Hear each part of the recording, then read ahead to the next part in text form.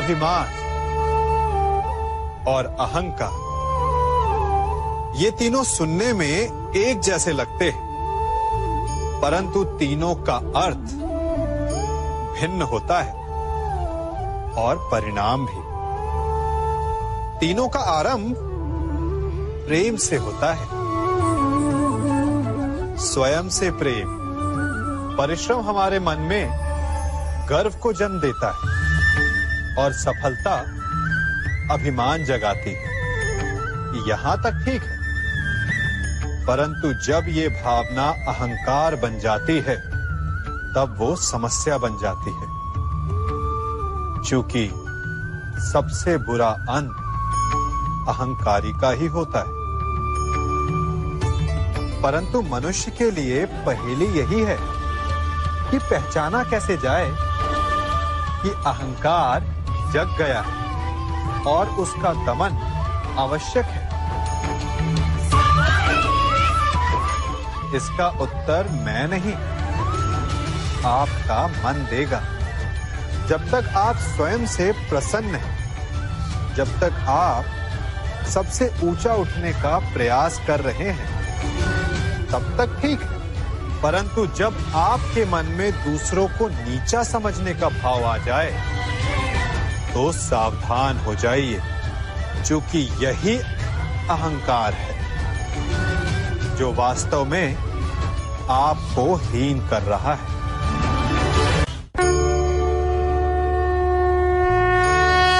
मनुष्य का मन स्वभाव से ही चंचल होता है। अब बालकों को देखो, माता पिता कहेंगे कि नदी के पास मत जाना, वन में मत खेलना, तो अवश्य वो वही करेंगे जिसके लिए उन्हें मना किया गया हो। बंधन को तोड़ने का जो रोमांच है वो मनुष्य के मन को सदा ललचाता है, परंतु बंधन और मर्यादा में बड़ा अंतर है। कभी कभी बंधन तोड़ना उचित होता है, परंतु मर्यादा तोड़ना नहीं, चाहे वो प्रेम की हो, शत्रुता की हो या फिर अतिथि की हो। फिर ये प्रश्न उठता है कि मर्यादा है क्या? हमें कैसे भान हो कि किस सीमा को हमें पार नहीं करना चाहिए? जैसा व्यवहार आप किसी दूसरे से अपने लिए चाहते हैं, वास्तविकता में वही आपकी भी मर्यादा है। जो सीमा आप किसी दूसरे को पार नहीं करने देना चाहते, वही सीमा आपकी भी है। जिस दिन से आप अपने मन से ये प्रश्न करना प्रारंभ कर देंगे, तब से ना आपसे कोई मर्यादा भंग होगी, ना ही कोई अपराध होगा। कदाचित इसीलिए कहा जाता है कि जब आपका मन नियंत्रण में हो, तो आपके हृदय के साथ साथ ईश्वर आपके मन में भी वास करता है। जिससे आप अपनी मर्यादा का प्रश्न पूछोगे, तो वो कभी अनुचित उत्तर नहीं देता।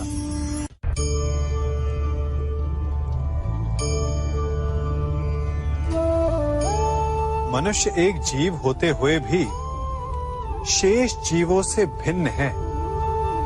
क्यों? कारण मनुष्य जीवन समाप्त होने के पश्चात भी जीना चाहता है, और इसका केवल एक ही मार्ग है, सम्मान, जो मनुष्य के मृत्यु के पश्चात भी जीवित रहता है। उस सम्मान को पाने के लिए मनुष्य वर्षों प्रयास और परिश्रम करता है, और ऐसे में शत्रु के लिए सबसे सरल लक्ष्य बन जाता है आपका सम्मान।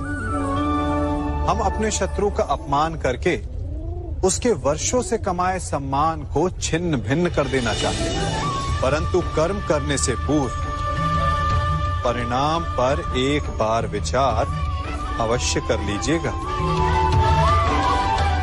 वर्षों से संचित शत्रु के मान को भंग करके आपको संतोष अवश्य मिल सकता है, परंतु वो शत्रु अपने जीवन के शेष हर पल को उस अपमान के प्रति उत्तर में लगा देता है।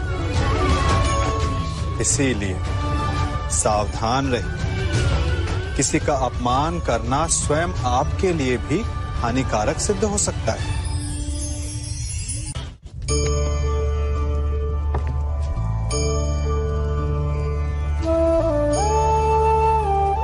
क्या कर रहा हूं मैं? इस अग्नि को शांत करने का प्रयत्न कर रहा हूं मैं। परंतु एक अग्नि दूसरी अग्नि को कभी शांत नहीं कर सकती। वो उसे और अधिक प्रज्वलित ही करती है। अपमान से जन्म लेने वाली अग्नि का प्रतिकार प्रतिशोध नहीं हो सकता, क्योंकि प्रतिशोध की अग्नि अपमान की अग्नि से अधिक प्रचंड होती है। तो उसका त्राण क्या है? उत्तर चाहने का मार्ग प्रतिशोध नहीं, शांति है, स्वयं का विकास। अपने आप को इतना बड़ा बना लो कि आपका शत्रु आपका अपमान करने का प्रयास ही ना कर पाए। अन्यथा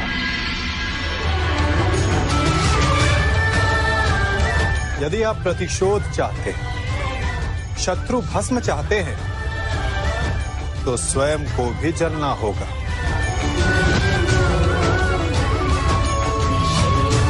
क्योंकि प्रतिशोध की अग्नि स्वयं को भी जलाती है, और ऐसा आप कदापि नहीं चाहेंगे, है ना?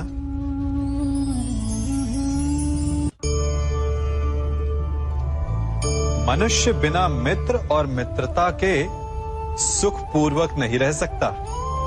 बालक हो या वृद्ध, गृहस्थ हो या गृह त्यागी सन्यासी, कवि हो या योद्धा,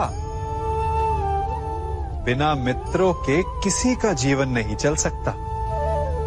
यदि यह संबंध इतना आवश्यक और शक्तिशाली है, तो उसके उत्तरदायित्व भी आवश्यक हो जाते हैं।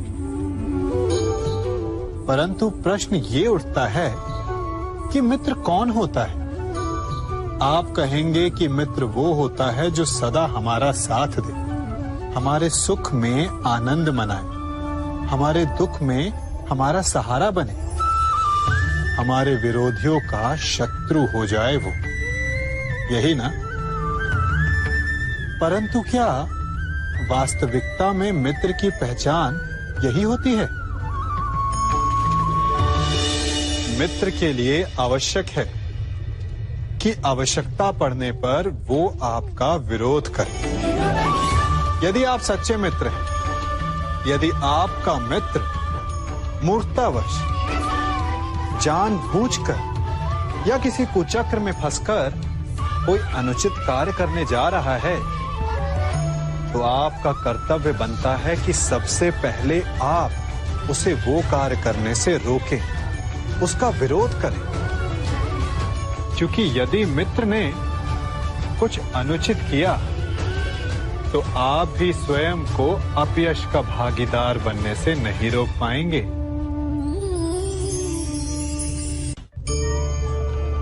कभी किसी के यहाँ अतिथि बनकर गए हो? क्या अपेक्षाएं होती हैं आपकी? कि आपका स्वागत हो, सम्मान हो, यही ना? अवश्य कि आपका सत्कार करने वाला मन से ऐसा कर रहा है, या उसके मन में कोई खोट है? कहीं वो धूर्त तो नहीं? क्योंकि धूर्त का सत्कार भी विनाशकारी ही होता है। फिर से एक प्रश्न उठता है कि धूर्त को पहचाने कैसे? कभी सर्प को देखा है? उसके निकट जाओ तो फुफकारता है, दूर रहने की चेतावनी देता है।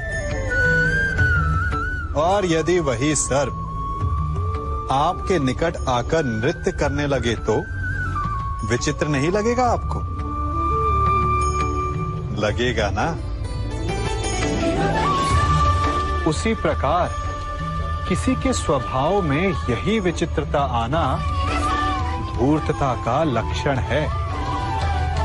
धूर्तता से आपको ठगने वालों का भी सबसे बड़ा लक्षण यही होता है कि वो आपसे अपने स्वभाव के विपरीत व्यवहार करते हैं। जो आपसे अधिक मीठी बातें करे और अत्यधिक विनय दिखाए तो उससे सावधान हो जाइए, क्योंकि मित्र दिखावा नहीं करते और अत्यधिक प्रेम का दिखावा करने वाले मित्र नहीं होते।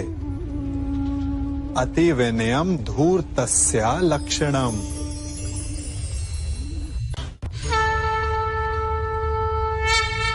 जन्म से लेकर जीवन पूर्ण होने तक हम आगे बढ़ने का स्वप्न देखते हैं, नए नए लक्ष्य पाने का प्रयास करते हैं, परंतु जीवन में सदैव आगे बढ़ना भी ठीक नहीं होता। अब आप कहेंगे कि ये ग्वाला हमें कौन सी उल्टी पट्टी पढ़ा रहा है, परंतु सीधे जाने का मार्ग कभी कभी उल्टी सीख से ही आता है। कभी कभी आगे बढ़ने से अधिक आवश्यक हो जाता है रुक जाना, स्वयं पर विराम लगाना। अच्छा स्वास्थ्य पाने के लिए भोजन करने से अधिक महत्वपूर्ण होता है कि आप कब भोजन करना रोक देते हैं। अच्छा संबंध बने उसके लिए आवश्यक होता है कि आप कब अधिक हस्तक्षेप करना रोक देते हैं। और नाश से बचने के लिए आवश्यक है कि कब आप अपने पग को रोक लेते हैं। तो आगे बढ़ने के विज्ञान में कब रुकना है, ये ज्ञान बहुत ही आवश्यक है, क्योंकि कभी कभी विनाश की गर्द हमसे केवल एक पग आगे होती है और उससे हमें बचा सकते हैं हमारे रुके हुए पग। चाह मनुष्य के जन्म लेते ही उसके मन में जन्म ले लेती है। चाह जीवित रहने की, फिर प्रेम की, फिर आनंद की, फिर सफलता की, परंतु सबकी चाह पूर्ण नहीं होती। हर एक के पास अपनी चाह ना पूरी कर पाने के सैकड़ों कारण होते हैं। अपना लक्ष्य ना पूर्ण कर पाने के सहस्त्र बहाने होते हैं और हम ये जान ही नहीं पाते कि कब हमारी असफलता के कारण हमारे ना प्रयास करने के बहाने बन गए। हम जो चाहते हैं उसे ना पा सकने का कारण ये कभी नहीं होता कि अवरोध बड़ा था। कारण ये होता है कि हमारा प्रयास छोटा था। कभी कुएं से पानी निकाला है तो अवश्य देखा होगा कि कोमल रेशों से बनी हुई रस्सी भी कठोर पाषाण पर अपने निशान छोड़ जाती है और हर बढ़ता निशान उस पाषाण को और दुर्बल बना देता है। उसी प्रकार हमारा हर प्रयास हमें हमारे लक्ष्य के और पास ला सकता है।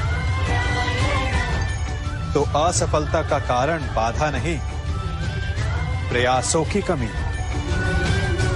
प्रयास कीजिए, फिर देखिए आप जो लक्ष्य चाहेंगे वो मिल जाएगा। मनुष्य का मन बहुत ही चंचल होता है, इसीलिए कभी कभी कुछ नया कार्य प्रारंभ करने से पूर्व हमारा मन संशय से घिर जाता है और ऐसे समय में हम प्रयास करने से पीछे हट जाते हैं। और इन सब का कारण है स्वयं पर अविश्वास, दृढ़ निश्चय की कमी। हम जिन्हें ऊंची दृष्टि से देखते हैं, जिन्हें अपना आदर्श मानते हैं, उनके जीवन में गहराई से देखिएगा, केवल एक ही अंतर पाएंगे, निश्चय का अंतर। ये निश्चय ही है जो हमारी प्रतिभा को धार देता है, हमारे प्रयासों को शक्ति देता है। ये निश्चय का अंतर ही तो है कि एक मनुष्य सागर की गहराई में जाकर मोती ले आता है और दूसरा हार मानकर किनारे पर बैठ जाता है। तो हार तब नहीं होती जब आपका प्रतिद्वंदी आपसे जीत जाए। हार तब होती है जब आप ना लड़ने का निश्चय कर लेते हैं। इसीलिए यदि मार्ग बंद हो जाए तो उसे खोलने का प्रयास करो, और यदि मार्ग ना खुला तो भी अपने प्रयासों से नया मार्ग बना लोगे। हमारे जीवन का मूल आधार है करुणा। करुणा क्या है? करुणा दया नहीं, करुणा वो भाव है जिससे हम दूसरे की समस्या को समझते हैं।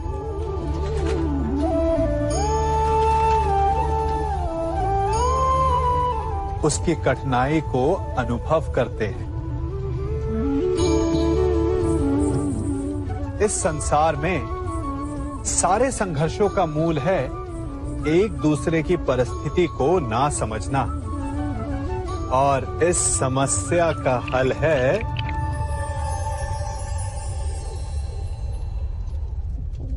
करुणा। करुणा किसी पशु पक्षी के प्रति हो या किसी मनुष्य के प्रति, ये आपके जीवन में कलेश और संघर्ष जैसी भावनाओं को दूर रखती है। और जिस दिन आप दूसरे को करुणा के दृष्टिकोण से देखेंगे, आपको उसकी समस्या समझ आएगी और उसे आपकी, और उस दिन हर संघर्ष का अंत हो जाएगा। परिवर्तन सृष्टि का नियम है, परंतु किसी न किसी कारणवश हम स्थिर हो जाते हैं, परिवर्तन का विरोध करने लगते हैं, और इसलिए हमारे विचार तालाब के ठहरे हुए जल की भांति हो जाते हैं, मैले हो जाते हैं। यदि इस जल की भांति निर्मल रहना है, स्वच्छ रहना है, तो बहना सीखिए, समय के साथ चलना सीखिए, परिवर्तन का स्वागत करना सीखिए।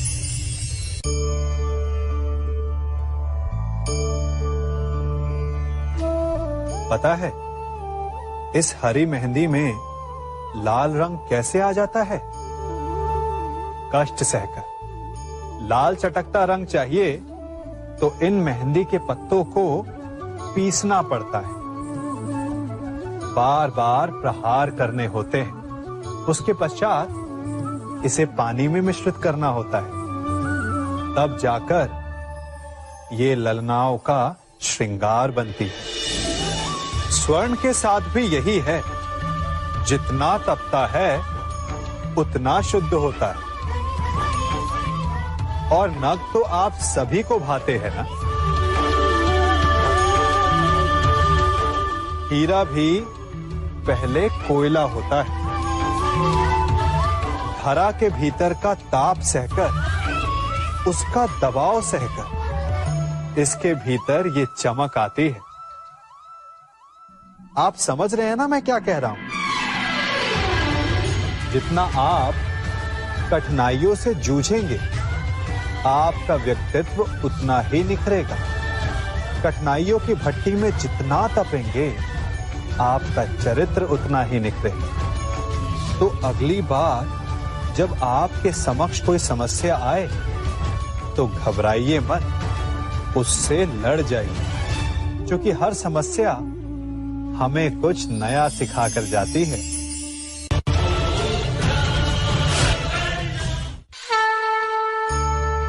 मनुष्य है ना हम, भय तो लगेगा ही, भय धन हानि का हो या मान हानि का, आप भय को बुरा समझते हैं ना? भय हानिकारक हो सकता है, परंतु लाभदायक भी।